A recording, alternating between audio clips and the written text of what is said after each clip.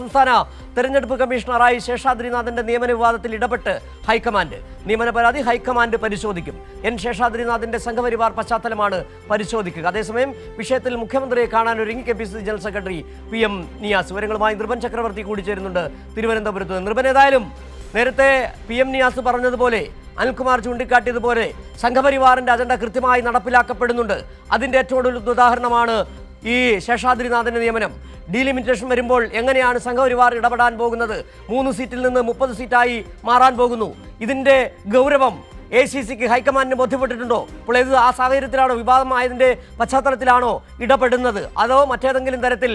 നമുക്കറിയാം PM Niyas KC വേണുഗോപാലിന്റെ അനുകൂലിയാണ്. ഏതെങ്കിലും അർത്ഥത്തിൽ വലിയ പരാതികൾ കേരളത്തിൽ നിന്ന് PM നിയാസ് അല്ലാതെ മറ്റാരെങ്കിലും ഹൈക്കമാൻഡിനെ ധരിപ്പിച്ചിട്ടുണ്ട്? എന്താണ് ഇപ്പോൾ ഹൈക്കമാൻഡിന്റെ ഇടപെടലിലൂടെ നമുക്ക് വ്യക്തമാകുന്നത്?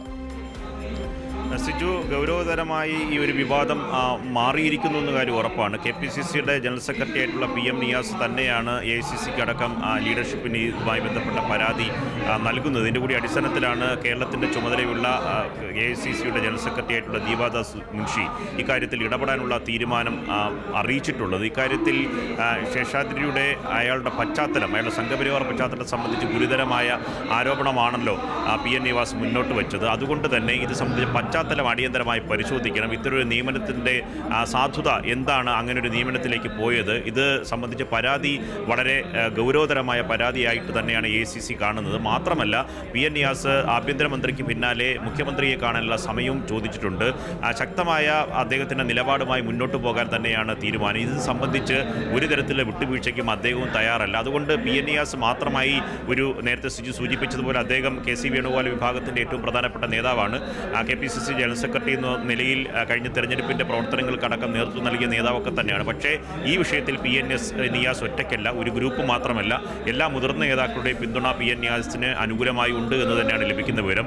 ഇത് ശക്തമായി മുന്നോട്ട് കൊണ്ടുപോകാനും ഇത് ഒരു തരത്തിലും അംഗീകരിക്കില്ല എന്ന നിലപാട് പാർട്ടി ലീഡർഷിപ്പ് കൂടി എടുക്കാനുള്ള സാധ്യതയുണ്ട്. കഴിഞ്ഞ ദിവസങ്ങളിൽ KM ഷാജിദ് മുഖ്യമന്ത്രി അറിഞ്ഞിട്ടില്ല, തൻ്റെ അറിവോടുകൂടിയാണ് എന്ന് ജാമ്യം എടുക്കാനുള്ള നീക്കം നടത്തിയിരുന്നു. പക്ഷേ മുഖ്യമന്ത്രി VD സതീശൻ നേരിട്ട് തന്നെയാണ് ഈ നിയമനത്തിന് പിന്നിൽ പ്രവർത്തിച്ചത്. നേരത്തെ തന്നെ അനിൽകുമാറൊക്കെ പറഞ്ഞതുപോലെ തന്നെ തെരഞ്ഞെടുപ്പ് ഓഫീസറായിരുന്ന ആൾ തന്നെ അദ്ദേഹത്തിൻ്റെ സെക്രട്ടറി ആകുന്നു. അതിൻ്റെ തുടർച്ചയായി പലതരത്തിലുള്ള നിയമനങ്ങൾ വരുന്നു. ദേവസ്വം ബോർഡിലുമായി ബന്ധപ്പെട്ട പ്രശ്നം, ആ കേസ് വാദിക്കാൻ പ്രതിഭാഗത്തിൻ്റെ വക്കീലിനെ തന്നെ പ്രോസിക്യൂട്ടറായി നിയമിക്കുന്നു. അത്തരത്തിലുള്ള വലിയ തരത്തിലുള്ള വിവാദങ്ങളുടെ തുടർച്ചയായി ഇതിനെ കാണേണ്ടി വരും. ഇത്തരം കാര്യങ്ങളിൽ പാർട്ടിക്ക് സൂക്ഷ്മത കുറവ് സംഭവിച്ചിട്ടുണ്ട്. ആരാണ് ഇത്തരത്തിലുള്ള ഏകപക്ഷീയമായ നിയമനങ്ങൾ നടത്തുന്നത്? നൃപൻ, ഈ സൂക്ഷ്മത കുറവാണോ സൂക്ഷ്മത കൂടുതലാണോ എന്നുള്ള സംശയമാണ് വരുന്നത്.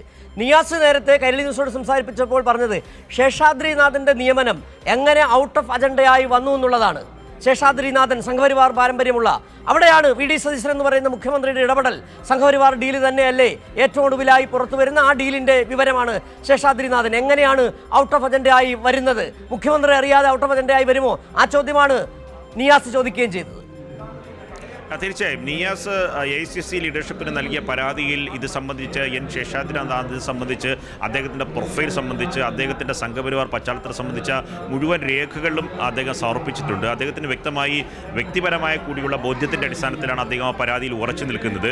അതിനുശേഷമാണ് യുവാദങ്ങളുടെ അടിസ്ഥാനത്തിലാണ് എൻ ശേഷാദ്രിനാഥ് അദ്ദേഹത്തിൻ്റെ പ്രൊഫൈലിൽ കഴിഞ്ഞ 10-15 വർഷക്കാലമായി അദ്ദേഹം എഴുതിയിരുന്ന സംഘപരിവാർ അനുകൂല നിലപാടുകളുടെ മുഴുവൻ പോസ്റ്റുകളും അദ്ദേഹം പിൻവലിച്ച് ഡിലീറ്റ് ചെയ്തിട്ടുണ്ട്. അതും ദുരൂഹമാണ്. എന്തുകൊണ്ട് അദ്ദേഹത്തിൻ്റെ ഒരു രാഷ്ട്രീയ നിലപാട് ഈ വളരെ തുറന്ന രാഷ്ട്രീയ നിലപാടാണ് എങ്കിൽ എന്തുകൊണ്ട് അദ്ദേഹം ഈ പറഞ്ഞ നേരത്തെ ചെയ്തിരുന്ന പോസ്റ്റുകളെല്ലാം ഡിലീറ്റ് ചെയ്തു എന്ന ചോദ്യവും കൂടി ഇപ്പോൾ PM നിയാസ് മുന്നോട്ട് വയ്ക്കുന്നുണ്ട്. അതുകൊണ്ട് ഇക്കാര്യങ്ങളിൽ സർക്കാരിന് ഒരു തരത്തിലുള്ള ഒളിച്ചോട്ടവും നടത്താൻ കഴിയില്ല.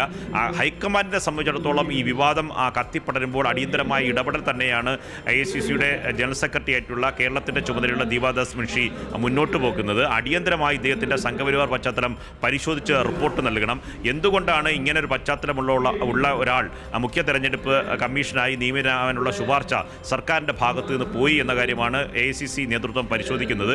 നേരത്തെ സിജു സൂചിപ്പിച്ചതുപോലെ ഇക്കാര്യത്തിൽ ആഭ്യന്തരമന്ത്രിക്ക് പിന്നാലെ മുഖ്യമന്ത്രിയുമായി നേരിട്ട് കൂടിക്കാഴ്ചയ്ക്ക് PM നിയാസ് അവസരം ചോദിച്ചിട്ടുണ്ട്. സമയം അനുവദിക്കുന്ന മുറയ്ക്ക് ആ പാർട്ടിയുടെ നിലപാട്, തൻ്റെ വ്യക്തിപരമായ നിലപാട് കൂടി അവിടെ അറിയിക്കും. ഒപ്പം തന്നെ തുടരെ ഈ പറഞ്ഞ ബഡ്ജറ്റുമായി ബന്ധപ്പെട്ടും തുടർ ചർച്ചകളിലും വീര്യം കുറഞ്ഞ മദ്യത്തിൻ്റെ നികുതി ഇളവുമായി ബന്ധപ്പെട്ടും കരിമണൽ സ്വർണ്ണക്കടൽ ഖനനവുമായി ബന്ധപ്പെട്ടൊക്കെ തന്നെ ആ പാർട്ടി നയമല്ല മുഖ്യമന്ത്രി നടപ്പിലാക്കുന്നതെന്ന വിമർശനം മുതിർന്ന നേതാക്കൾക്ക് കൂടി അതേ അഭിപ്രായമുണ്ട്. നേരത്തെ VS സുധീരൻ പരസ്യമായ നിലപാട് ഇത് സംബന്ധിച്ച് ഉന്നയിച്ചതാണ്. ഒപ്പം തന്നെ AICCയുടെ സംഘടനാ ചുമതല ജനറൽ സെക്രട്ടറി KC വേണുഗോപാൽ അടക്കം ഈ നിലപാട് ആവർത്തിച്ച് പരസ്യമാക്കിയിരുന്നു. അതിൻ്റെ കൂടി പശ്ചാത്തലത്തിൽ PN നിയാസിൻ്റെ പോരാട്ടം ഒറ്റയ്ക്കുള്ള പോരാട്ടമായി കാണാൻ കഴിയില്ല.